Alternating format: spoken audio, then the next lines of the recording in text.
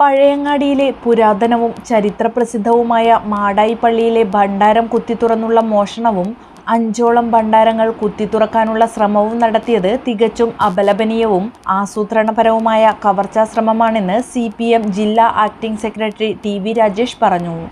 മോഷണം നടന്ന മാടായി പള്ളിയിലെത്തി സംഭവസ്ഥലം സന്ദർശിച്ച് സംസാരിക്കുകയായിരുന്നു അദ്ദേഹം.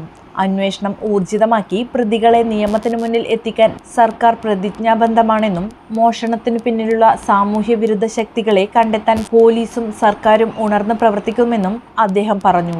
CPM Madayi area secretary V Vinod, CPI Kalliasseri മണ്ഡലം സെക്രട്ടേറിയറ്റ് അംഗം P Paragan, M Ramachandran, P Janardhanan, PV Venugopalan, SP Rahman, Varun Balakrishnan തുടങ്ങിയവർ ഒപ്പമുണ്ടായിരുന്നു.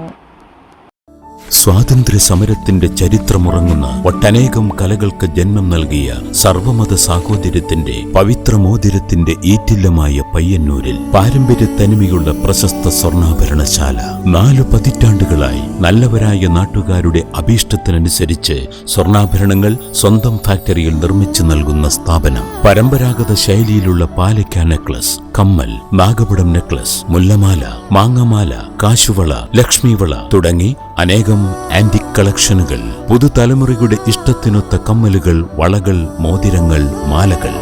BIS hallmark jewellery, Appusons gold house, പഴയ bus stand Payyanur. Appusons kids jewellery, പുതിയ ബസ് സ്റ്റാൻഡ് പയ്യന്നൂർ.